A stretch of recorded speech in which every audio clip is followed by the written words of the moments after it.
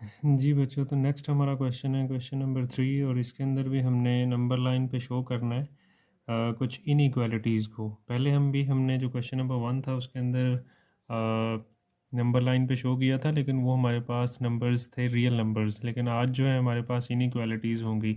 अब ये पता कैसे चलेगा कि इनइक्वालिटी क्या होती है? बेसिकली इसके अंदर ये जो सिंबल लिखा हुआ है लेस देन या ग्रेटर देन, इसी तरह लेस देन इक्वल का सिंबल होता है या ग्रेटर देन इक्वल का सिंबल होता है। तो कोई भी रिलेशन जिसके अंदर लेस देन या ग्रेटर देन यानी इस तरह के सिंबल्स यूज़ हो रहे हैं तो उसे हम इनइक्वालिटी बोलते हैं। तो आज हम सीखेंगे कि ये जो इनइक्वालिटीज़ हैं इनको नंबर लाइन पे कैसे शो किया जा सकता है।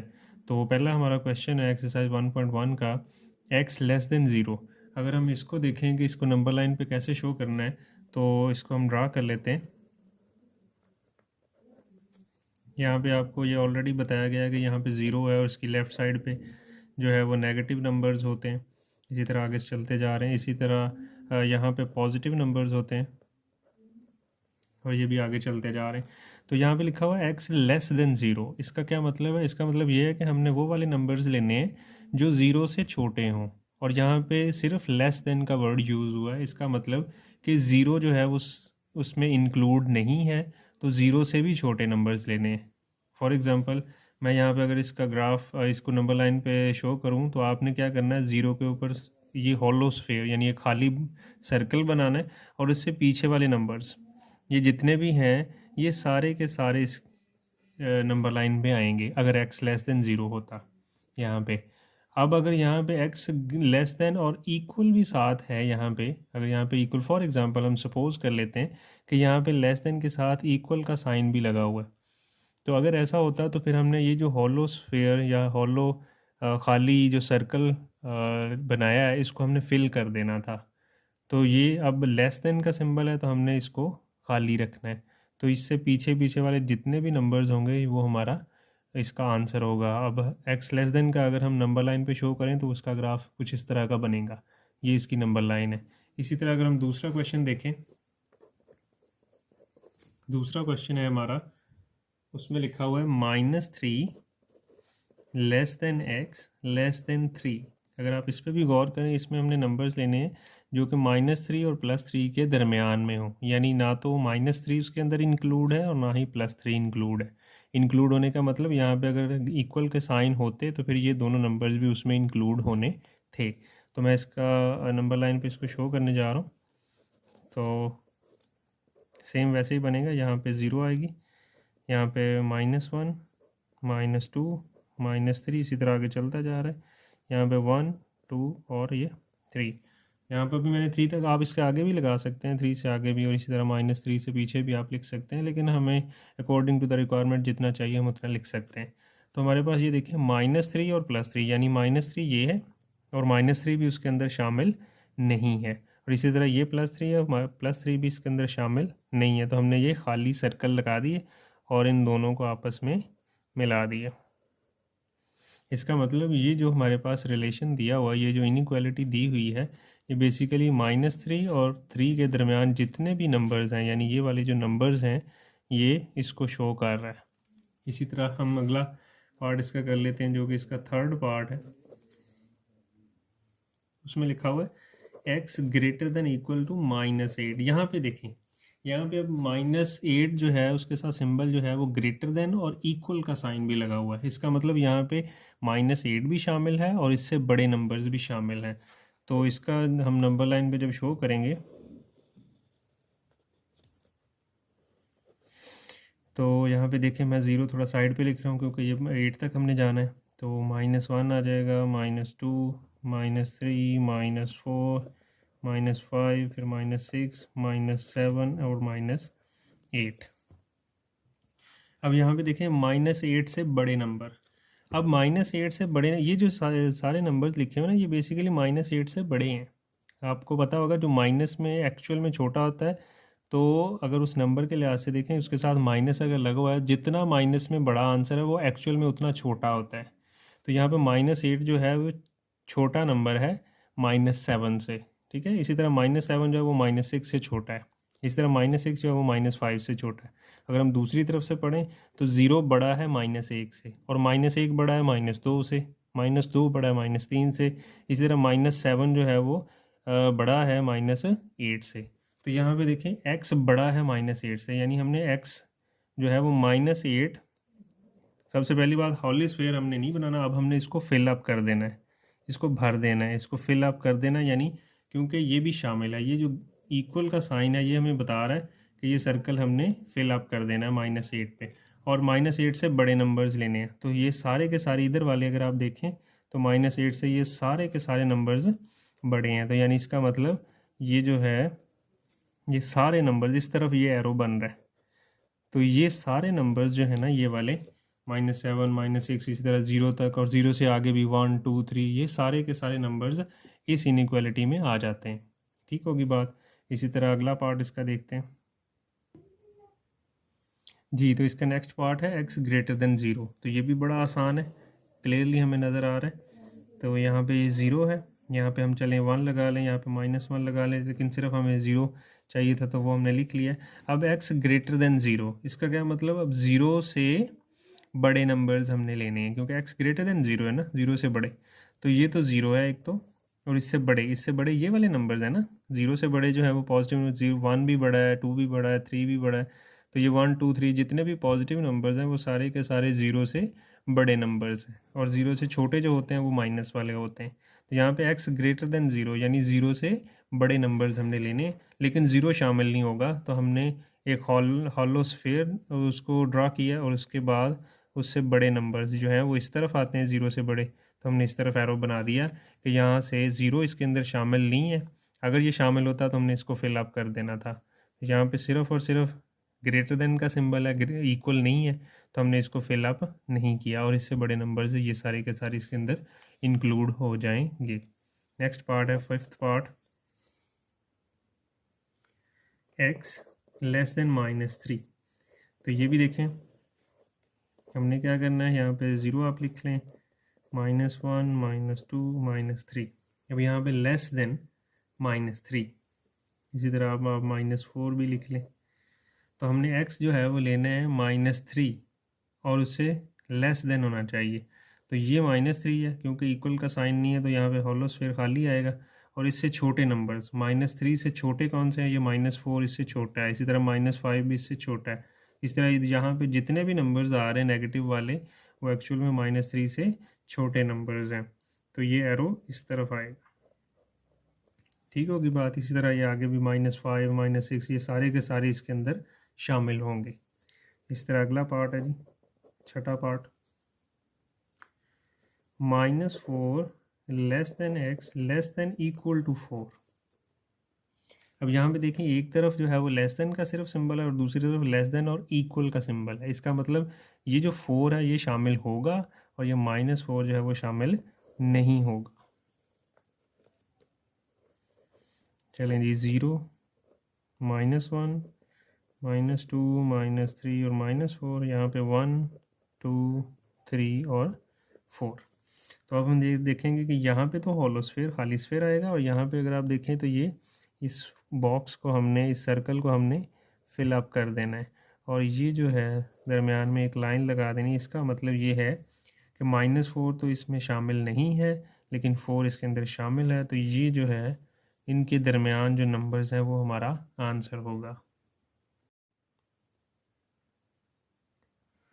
जी। तो क्वेश्चन नंबर 4 जो एक्सरसाइज 1.1 का है, उसको सॉल्व करने से पहले उसमें भी कुछ प्रॉपर्टीज़ हैं जो यूज़ हो रही हैं, तो हम पहले वो प्रॉपर्टीज़ को डिस्कस करेंगे, और उसके बाद फिर उस क्वेश्चन को सॉल्व करेंगे। तो वो जो प्रॉपर्टीज़ हैं वो इक्वालिटी की हैं, रियल नंबर्स की इक्वालिटी की प्रॉपर्टीज़ हैं। उसमें सबसे पहले नंबर पे जो आता है वो है रिफ्लेक्सिव प्रॉपर्टी। रिफ्लेक्सिव में क्या होता है कि वो दोनों नंबर्स सेम होते हैं। आप कोई भी ऐसा नंबर ले लें, फॉर एग्ज़ाम्पल जो है वो 9x जो है वो 9x की ज़ाहिरी बात है बराबर होगा, और इसी तरह 5x जो है वो 5 के बराबर होगा 5x के, और हर नंबर अपने ही नंबर के बराबर होता है। तो इसको कहते हैं रिफ्लेक्सिव प्रॉपर्टी। ठीक है, यानी रिफ्लेक्सिव का मतलब जो है ये रिफ्लेक्स से निकला, और रिफ्लेक्स का मतलब अक्स होता है, साया जिसे आप बोल सकते हैं। तो हम अपने आप को ही अगर सामने देख रहे हो तो ज़ाहिर बात है वो हमारा चेहरा है, तो हम एक दूसरे के बराबर हो गए। तो इसी तरह यहाँ पे भी a जो है वो a के बराबर होगा, b के बराबर है। अगर हम कोई इसकी एग्जांपल ले लें तो वो 9x जो है वो 9x के बराबर होगा। अगर कोई नंबर की बात अगर आप कर लें तो जैसे फॉर एग्ज़ाम्पल 5 जो है वो 5 के ही बराबर होता है। तो ऐसे नंबर्स जो एक दूसरे के बराबर हैं तो वो रिफ्लेक्सिव प्रॉपर्टी में आएंगे। ठीक है, उसके बाद नेक्स्ट है जी हमारे पास सिमेट्रिक प्रॉपर्टी। सिमेट्रिक में ये होता है कि अगर ए बी के बराबर है तो बी जो है वो ए के बराबर होगा। ठीक होगी बात। तो अगर हम ये कह लें कि इसके अंदर फॉर एग्ज़ाम्पल अगर इसको कोई और एग्ज़ाम्पल में हम शो करें तो x जो है वो y के बराबर है, तो हम लिख सकते हैं जो है कि y जो है वो x के बराबर है। ठीक होगी बात। इसी तरह अगर मैं कहूँ y is equal to 2x plus 3 है, देन तो हम ये भी तो लिख सकते हैं कि 2x प्लस 3 जो है वो y के बराबर है। ये दोनों देखें ना, मैंने वो दो वैल्यूज़ को आगे पीछे लिख दिए है। तो इसका मतलब इसको ऐसी प्रॉपर्टी को हम सिमेट्रिक प्रॉपर्टी बोलते हैं। और इसका अगर जनरल फार्मूला देखें तो वो ये होता है कि a जो है वो b के बराबर है, तो हम ये कह सकते हैं कि b जो है वो वापस a के बराबर होगा। तो ये सिमेट्रिक प्रॉपर्टी होगी। उसके बाद ट्रांजिटिव प्रॉपर्टी है। ट्रांजिटिव प्रॉपर्टी ऐसी होती है कि अगर हम देखें कि a जो है वो किसी b के बराबर है और b जो है वो किसी c के बराबर है, तो हम ये कह सकते हैं कि a जो है वो c के बराबर है। तो अगर हम इसका कोई क्वेश्चन देख लें ताकि आपको समझ आ जाए कि हमारे पास फॉर एग्ज़ाम्पल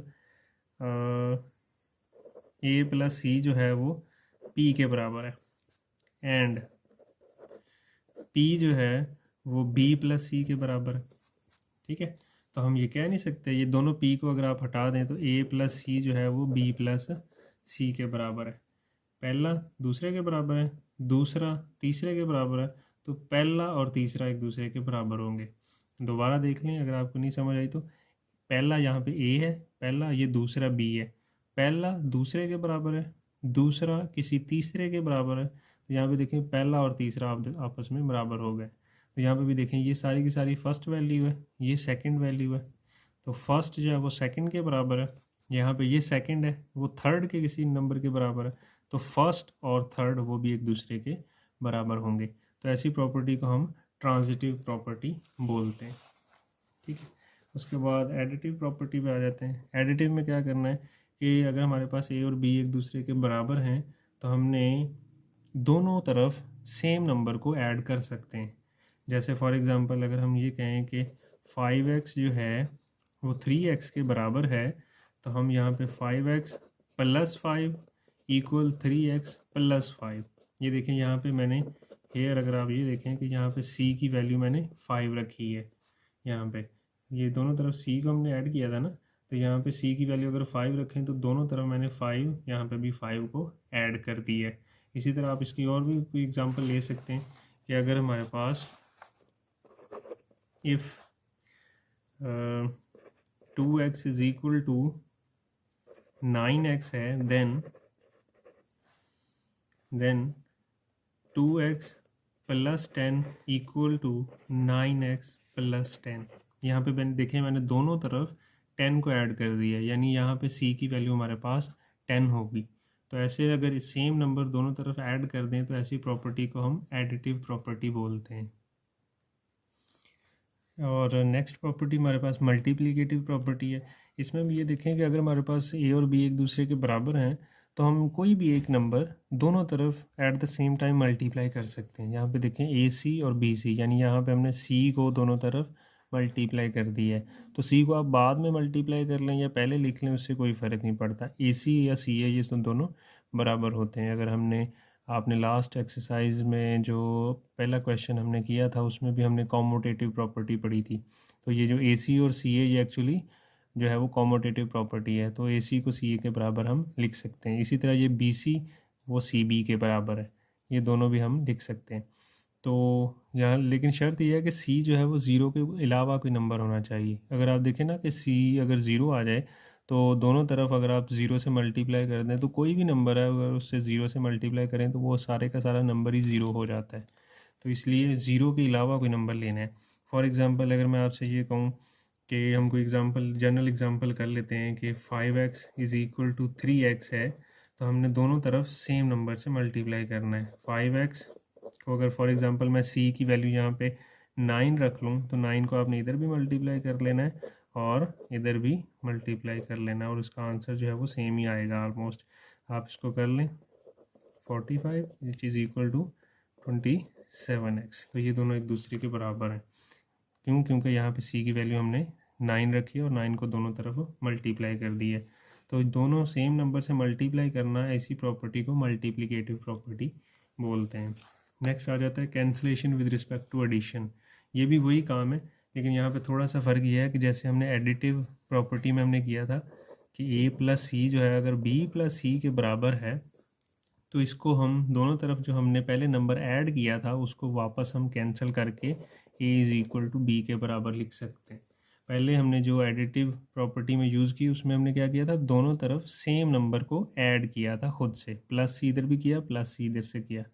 तो अगर आप खुद से इसको प्लस कर सकते हैं तो खुद से इनको आपस में कैंसिल भी कर सकते हैं और वापस ए और बी एक दूसरे के बराबर आ जाएंगे। तो ऐसी प्रॉपर्टी जिसके अंदर हम ये दोनों सेम वैल्यूज़ को आपस में कैंसिल कर सकते हैं, इसको हम cancellation property with respect to addition बोलते हैं। विद रिस्पेक्ट टू एडिशन क्यों है? क्योंकि यहाँ पे ये प्लस हो रहा है। फॉर एग्जांपल मैं आपको ये करके बता देता हूँ कि 5x + 3 और 9x + 3, यहाँ पे देखें दोनों तरफ सेम नंबर ऐड हो रहा है और वो कौन सा नंबर है? वो +3 है। यहाँ पे भी ऐड हो रहा है +3 और यहाँ पे भी। तो आप इसको आपस में कैंसिल कर दें तो 5x = 9x, सिंपल वही वाला आंसर आ गया है। तो यहाँ पे हमने कौन सी प्रॉपर्टी यूज़ की है? यहाँ पे हमने cancellation property with respect to addition use किया है। इसी तरह अगर आप cancellation property with respect to multiplication की देखें तो उसमें क्या होगा भला कि ए सी जो है वो बी सी के बराबर था, दोनों सेम नंबर हैं, और अगर दोनों तरफ सेम नंबर सी जो है वो मल्टीप्लाई हो रहा है तो उसको हम कैंसिल करके A is equal to B लिख सकते हैं। ये मैंने क्या किया, यहाँ पे सी जो है वो सी से कैंसिल हो रहा था। फॉर एग्ज़ाम्पल हम इसकी कोई एग्ज़ाम्पल ले लेते हैं कि जैसे हमने पहले किया था कि 5x × 9 ही जो किया था पहले, और इसी तरह 3x × 9 था। यहाँ पे देखें ये 9 दोनों तरफ सेम नंबर मल्टीप्लाई हो रहा है, उसको आप आपस में कैंसिल कर सकते हैं तो 5x = 3x आ जाएगा। तो ये जो प्रॉपर्टी यहाँ पे हमने कैंसिल किया नंबर को, और ये कैंसिलेशन प्रॉपर्टी होगी विद रिस्पेक्ट टू मल्टीप्लिकेशन की। तो ये प्रॉपर्टीज़ हैं जी। तो नेक्स्ट जो प्रॉपर्टीज़ हैं वो इनइक्वालिटी की प्रॉपर्टीज़ हैं। हमने जो अभी प्रॉपर्टीज़ की थी वो इक्वालिटी की थी, अब हमने प्रॉपर्टीज़ करनी है इनइक्वालिटी की, रियल नंबर्स के लिहाज से। तो ये भी काफ़ी हद तक हम इससे फेमिलियर हैं, पहले भी आपने इस चीज़ को देखा होगा, तो हम इसको दोबारा करेंगे। सबसे पहला जो है वो ट्राइकोटमी प्रॉपर्टी है। फॉर एग्ज़ाम्पल अगर हमारे पास दो नंबर्स हैं, तो अगर हमने उन नंबर्स के दरमियान में हम बेसिकली तीन बातें कह सकते हैं उन दो नंबर्स के बारे में। या तो वो दोनों नंबर्स, पहला जो है वो दूसरे से छोटा हो सकता है, या पहला नंबर दूसरे से बड़ा हो सकता है, और तीसरी बात हम ये भी कह सकते हैं कि दोनों नंबर्स एक दूसरे के बराबर हैं। फॉर एग्ज़ाम्पल हमारे पास, मैं सपोज़ कर लेता हूँ कि हमारे पास दो नंबर्स हैं x और y, ठीक है। तो ये दो नंबर्स हैं हमारे पास, तो इसके बारे में हम क्या कह सकते हैं कि या तो x < y होगा, या फिर हम ये कह सकते हैं कि x < y होगा, या फिर हम कह सकते हैं कि x = y होगा। यही तीन पॉसिबिलिटीज़ हैं दो नंबर्स के बारे में जब हम कंपैरिजन करेंगे। अगर हम पहले नंबर का दूसरे नंबर के साथ कंपैरिजन करें तो या x छोटा होगा y से, या x बड़ा होगा y से, या फिर एग्जैक्टली दोनों एक दूसरे के बराबर होंगे। तो ऐसी प्रॉपर्टी जिसकी सिर्फ तीन पॉसिबिलिटीज़ हैं उसको हम ट्राइकोटमी प्रॉपर्टी बोलते हैं। नेक्स्ट प्रॉपर्टी है फर्स्ट वैल्यू सेकंड वैल्यू से छोटी है और सेकंड वैल्यू थर्ड वैल्यू से छोटी है, तो हम ये कह सकते हैं कि फ़र्स्ट वैल्यू थर्ड वैल्यू से छोटी है।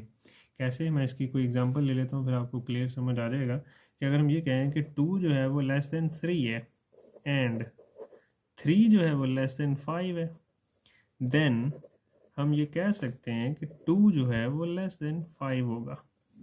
ऐसे ही है, आप क्लियरली नज़र आ रहा है। 2 जो है वो सही बात है कि वो 3 से छोटा है, और 3 जो है वो 5 से छोटा है। तो हम ये नहीं कह सकते कि 2 भी 5 से छोटा है। ऐसे ही है, फर्स्ट वैल्यू सेकंड से छोटी है, सेकंड वैल्यू थर्ड वैल्यू से छोटी है, तो ऑब्वियसली फर्स्ट वैल्यू भी थर्ड वैल्यू से छोटी होगी। तो ये हमने इस प्रॉपर्टी को हम एक नाम दे देते हैं जिसे ट्रांजिटिव प्रॉपर्टी बोलते हैं। नेक्स्ट प्रॉपर्टी हम बात कर लेते हैं उसके अंदर, वो है एडिटिव प्रॉपर्टी। एडिटिव प्रॉपर्टी भी, इसके अंदर अगर हम ये देखें कि a जो है वो b हो, अगर हमारे पास a b है, ये भी सेम ही है लेकिन यहाँ पे सिर्फ लेस देन का सिंबल आ गया, उसमें इक्वल का सिंबल था, यहाँ पे लेस देन का सिंबल है। तो हम दोनों तरफ कोई नंबर ऐड कर सकते हैं। ठीक है। हाँ जी, और इसके साथ मैं ये ट्रांजिटिव प्रॉपर्टी में एक छोटी सी बात हमारी रह गई कि हम इसको उलट प्रोसेस में भी कर सकते हैं। अगर ये लेस देन में है, आप इसको दोबारा एक और भी लिख लें, a greater than b and b greater than c, then a greater than c. A जो है बी से बड़ा है, बी जो है वो सी से बड़ा है, तो ए भी ऑब्वियसली बी से सी से बड़ा होगा। ठीक है। आप इसकी भी कोई एग्जांपल ले लेंगे। फॉर एग्जांपल 10 जो है वो ग्रेटर देन 7 है एंड 7 जो है वो ग्रेटर देन 5 है। ठीक है। देन हम ये कह सकते हैं कि 10 जो है वो भी ग्रेटर होगा 5 से। फर्स्ट वैल्यू सेकंड से छोटी बड़ी, फर्स्ट वैल्यू सेकंड से बड़ी है, सेकंड वैल्यू थर्ड वैल्यू से बड़ी है, तो फर्स्ट वैल्यू थर्ड वैल्यू से बड़ी होगी। ठीक है। ये भी उसी का रेसिप्रोकल था। यहाँ पे हम लेस देन के लिए सिंबल यूज़ कर सकते हैं, यहाँ पे ग्रेटर देन के लिए। तो इस दोनों प्रॉपर्टीज़ का नाम सेम ही है, ट्रांजिटिव प्रॉपर्टी। उसके बाद हम आ जाते हैं एडिटिव प्रॉपर्टी पे। एडिटिव प्रॉपर्टी में हमने मैं बता दिया था कि ए लेस देन अगर बी है तो हम दोनों तरफ सेम नंबर को ऐड कर सकते हैं। और इसकी अगर हम जनरल एग्जांपल देख लें तो वही वाली एग्जांपल हम कह सकते हैं कि 5x अगर लेस देन है 3x से, तो हम उसे लिख सकते हैं 5x plus 10 less than 3x plus 10।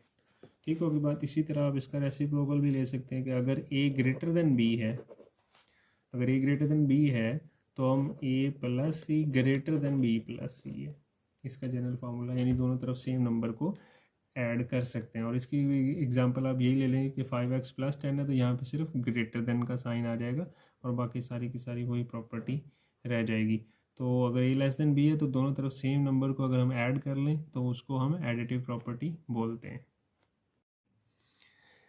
जी बच्चों, तो नेक्स्ट प्रॉपर्टी हमारे पास है मल्टीप्लिकेटिव की। और मल्टीप्लिकेटिव प्रॉपर्टी में हम दो केस बना लेते हैं अपनी आसानी के लिए, ताकि हम इस प्रॉपर्टी को समझने में हमें आसानी हो। तो उसके लिए ये है कि दो केस हम ये बनाएंगे कि एक में सी जो है वो ग्रेटर देन ज़ीरो रख लेंगे और दूसरे में सी जो है वो लेस देन ज़ीरो रखेंगे, और देखते हैं फिर इसके क्या प्रॉपर्टीज़ बनती हैं। सबसे पहला केस हम बना लेते हैं सी ग्रेटर देन ज़ीरो। अगर हमारे पास सी जो है वो ग्रेटर देन ज़ीरो है और हमारे पास कोई वैल्यू है ए ग्रेटर देन बी, हमारे पास ए जो है वो बी से बड़ा नंबर है, और अगर हमने सी को दोनों तरफ मल्टीप्लाई करना है, क्योंकि ये मल्टीप्लिकेटिव प्रॉपर्टी है, तो सी से अगर दोनों को मल्टीप्लाई दोनों तरफ करेंगे तो इस पर कोई फ़र्क नहीं पड़ेगा, ए सी जो है वो ग्रेटर देन बी सी आ जाएगा। इसी तरह अगर ए लेस देन बी होगा तो उसके लिए क्या बन जाएगा, ए लेस देन बी होगा तो सी जब मल्टीप्लाई होगा तो ए सी लेस देन बी सी आ जाएगा। और आपको मैंने पहले भी बताया कि ए सी हो या सी ए हो उससे कोई फ़र्क नहीं पड़ता। तो अगर ए ग्रेटर देन बी है तो सिंबल के ऊपर यानी कोई फ़र्क नहीं पड़ रहा। इसी तरह ग्रेटर देन अगर लेस देन है तो लेस देन भी कोई फ़र्क नहीं पड़ रहा। लेकिन एक केस है जिसके अंदर फ़र्क पड़ेगा। वो कैसे होगा, अगर हमारे पास if a less than b है और हमने इसके रेसिप्रोकल लेने। रेसिप्रोकल का मतलब है कि अगर ए है तो 1 ओवर ए बना देना है और बी है तो 1 ओवर बी बना देना है। तब अगर ऐसा केस है तो फिर ये सिंबल जो है ना ये चेंज हो जाएगा। ये लेस देन का सिंबल जो है वो ग्रेटर देन के सिंबल के साथ चेंज हो जाएगा। ये था सी ग्रेटर देन ज़ीरो के लिए। अब हम देख लेते हैं सी लेस देन ज़ीरो के लिए। ये हमारा केस 2 आ जाएगा। केस 2 में है कि अगर हमारे पास if c less than zero, less than zero का मतलब है कि नेगेटिव नंबर से जब हमने मल्टीप्लाई करना है, तो नेगेटिव नंबर से जब भी मल्टीप्लाई किया जाता है तो सिंबल जो है वो बदल जाती है। कैसे, अगर हम देखें कि ए ग्रेटर देन बी है और हमने यहाँ पे सी से मल्टीप्लाई करना है तो वो ए सी और यहाँ पे ये बी सी बन जाएगा। लेकिन ये जो सी है वो लेस देन ज़ीरो है, इस वजह से ये जो सिंबल है वो चेंज हो जाएगा। ये ग्रेटर देन का सिंबल जो है वो लेस देन के सिंबल में चेंज हो जाएगा। इसी तरह अगर हम इसका दूसरा पार्ट देख लें कि ए ये ग्रेटर देन था, अगर लेस देन बी है तब हमने अगर सी से मल्टीप्लाई करना है तो फिर ये जो लेस देन का सिंबल है ये ग्रेटर देन के सिंबल के साथ चेंज हो जाएगा। तो इस प्रॉपर्टी को हम मल्टीप्लिकेटिव प्रॉपर्टी कहते हैं और इसके अंदर दो केसेस हमने डिस्कस कर लिए हैं। एक में सी लेस दैन ज़ीरो रखा है और दूसरे में सी ग्रेटर दैन ज़ीरो रखा है। उम्मीद है इसकी समझ आ गई होगी। अगर इसमें कोई प्रॉब्लम है तो हम एक्सरसाइज में जो कुछ क्वेश्चंस हैं उसमें जब हम प्रैक्टिस करेंगे तो इंशाल्लाह समझ आ जाएगी क्लियरली। जी, तो अगली प्रॉपर्टी हमारी है cancellation with respect to addition. इसके अंदर भी हमने देखा था कि ये भी हमने ऑलरेडी डिस्कस की हुई है वैसे तो, कि a प्लस सी अगर लेस दैन b प्लस सी हो तो दोनों तरफ सेम नंबर जो c ऐड हो रहा है उसको हम कैंसिल कर सकते हैं। तो यहाँ पे a रह जाएगा और लेस दैन यहाँ पे b रह जाएगा, ये c आपस में कैंसिल हो जाएगा क्योंकि ये विद रिस्पेक्ट टू एडिशन है, यानी ये प्लस हो रहा है, इस वजह से विद रिस्पेक्ट टू एडिशन की इसकी प्रॉपर्टी का नाम रखा हुआ है। इसी तरह अगर ये ग्रेटर देन का सिंबल होगा तब भी यही बनेगा कि ए plus c greater than B plus सी होगा, तब भी ये सी कैंसिल हो जाएगा, लेकिन फिर ए ग्रेटर देन और ये बी आ जाएगा। बस इतना सा फ़र्क है। और उसके बाद cancellation with respect to multiplication हमने देखा था कि उसके अंदर क्या था कि ए सी जो है वो लेस देन बी सी था। इसमें देखें सी दोनों तरफ सेम है, इसको हम कैंसिल कर देंगे तो ये ए लेस देन बी आ जाएगा। क्योंकि मल्टीप्लिकेशन में हमने दो केस बनाए थे तो ये जो है सी ग्रेटर देन ज़ीरो के लिए ये वाला पार्ट है। उसके बाद इसी का अगर हम ये देखें कि ए सी जो है वो ग्रेटर देन बी सी है, यहाँ पे भी सी दोनों तरफ सेम है, ये आपस में कैंसिल हो जाएगा तो ए ग्रेटर देन और बी आ जाएगा। और ये भी केस किसके लिए है, सी ग्रेटर देन ज़ीरो के लिए। ठीक है हो गया। क्योंकि यानी सी ग्रेटर देन ज़ीरो जब होगा ना तो उसकी सिंबल जो है वो चेंज नहीं होती, बस ये याद रख लें। यहाँ पे भी सिंबल जो है वैसे ही आएगा। लेकिन अगर आप इसका एक और देखेंगे ए सी लेस देन बी सी है, तो अगर ये सी जो है वो लेस देन ज़ीरो होगा तो फिर जब ये सी आपस में कैंसिल होगा ना तो इसका सिंबल चेंज हो जाएगा, तो ए ग्रेटर देन बी आ जाएगा। ये देखें यहाँ पे क्या फ़र्क आया, यहाँ पे जैसे ही सी लेस देन ज़ीरो का हमने केस स्टार्ट किया है उसके अंदर जब ये सी कैंसिल होगा तो उसके साथ उसकी सिंबल भी चेंज हो जाएगी। ये लेस देन का सिंबल जो है वो ग्रेटर देन के सिंबल के साथ चेंज हो जाएगा। इसी तरह इसका एक और दूसरा है जी ए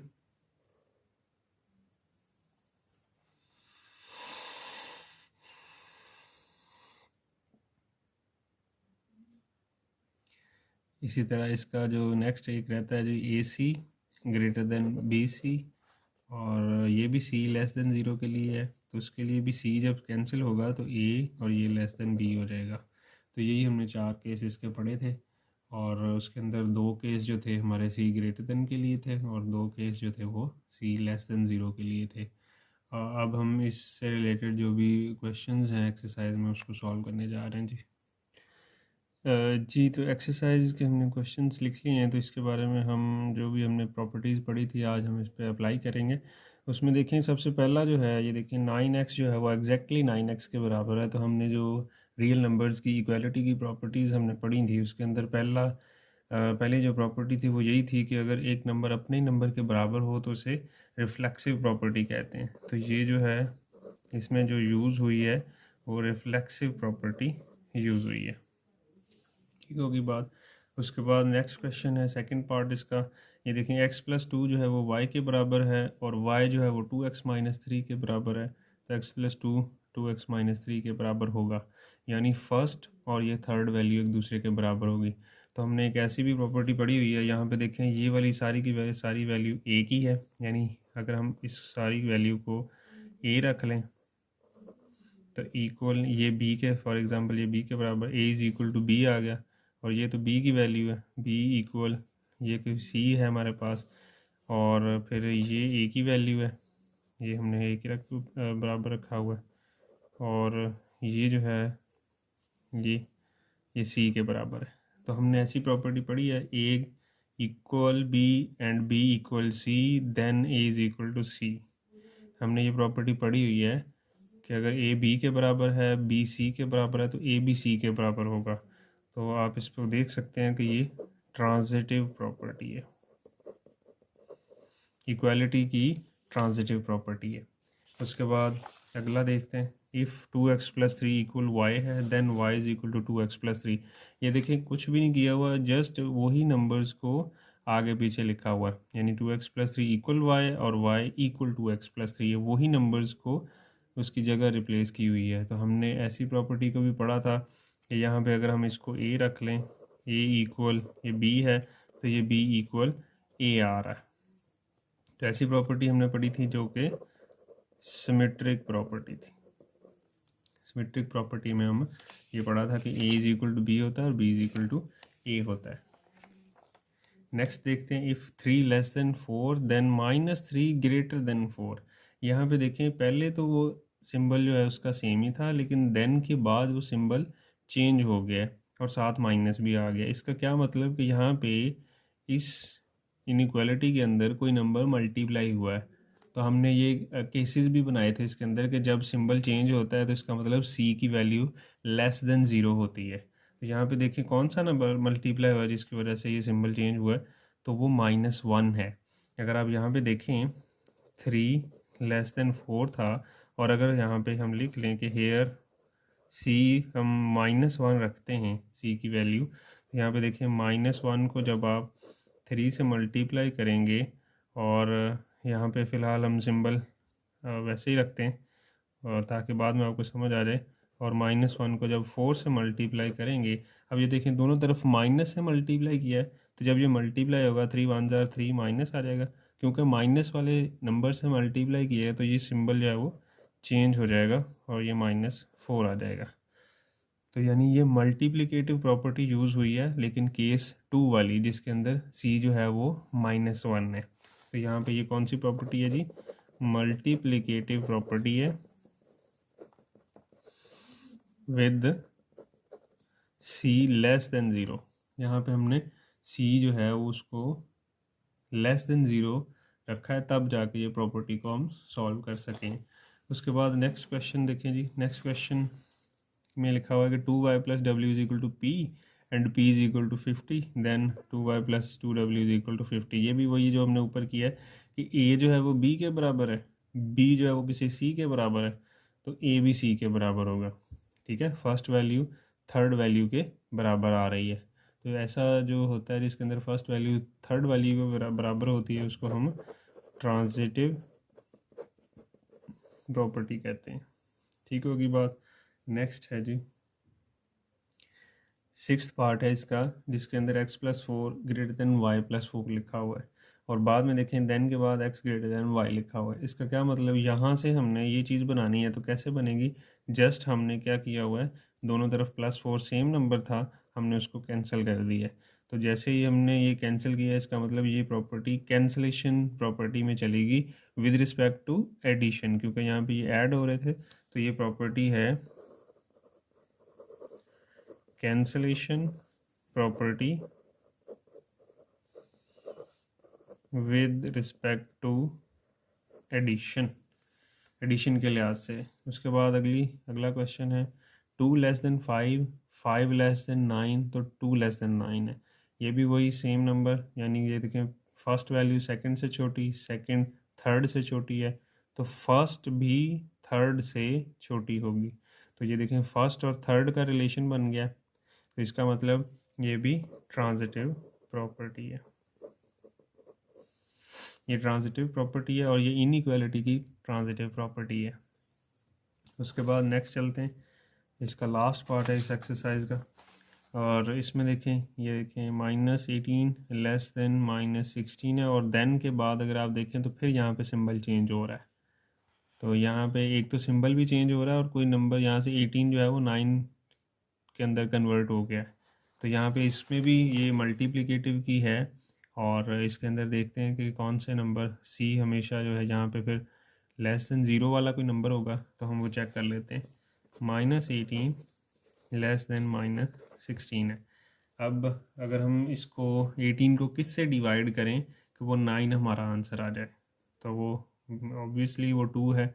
इसी तरह अगर 16 है तो 16 को किस से डिवाइड करें कि 8 आ जाए, तो वो भी 2 है। इसका मतलब ये हुआ कि हमने -18 को -2 से दोनों तरफ डिवाइड कर दी है। ठीक है, -2 से, और जैसे ही हम इसको -2 से डिवाइड करेंगे तो इसका जो सिंबल है वो चेंज हो जाएगा। सिंबल वाला क्यों चेंज होगा? क्योंकि हमने एक ऐसा नंबर लिया है जो कि c जो है वो लेस देन 0, यहाँ पे c की वैल्यू -2 है। आप लिख लें यहाँ पे here c is equal to -2। अब ये -2 है, -2 एक नेगेटिव नंबर है, यानी लेस देन 0 वाला नंबर है, तो ये केस 2 में है, तो इस वजह से ये सिंबल जो है वो चेंज हो जाएगा। और इसको आप माइनस माइनस से कैंसिल हो गया, 2 9s are 18 greater than, minus फिर माइनस से कैंसिल हो गया और 8 आ गया। तो ये क्या होगी प्रॉपर्टी, मल्टीप्लिकेटिव प्रॉपर्टी होगी। इसमें भी क्या होगा, विद केस क्या है, विद सी लेस देन 0 दूसरा केस होगा, सी जो है वो 0 से छोटा नंबर होगा, तभी ये जाके वैल्यू जो है, ये सिंबल जो है वो चेंज होगी। तो ये हमारी एक्सरसाइज कंप्लीट हो गई है। इसमें जिसको किसी किस्म की कोई भी प्रॉब्लम आ रही है तो आप कमेंट सेक्शन में कमेंट करके अपना क्वेश्चन पूछ सकते हैं। शुक्रिया।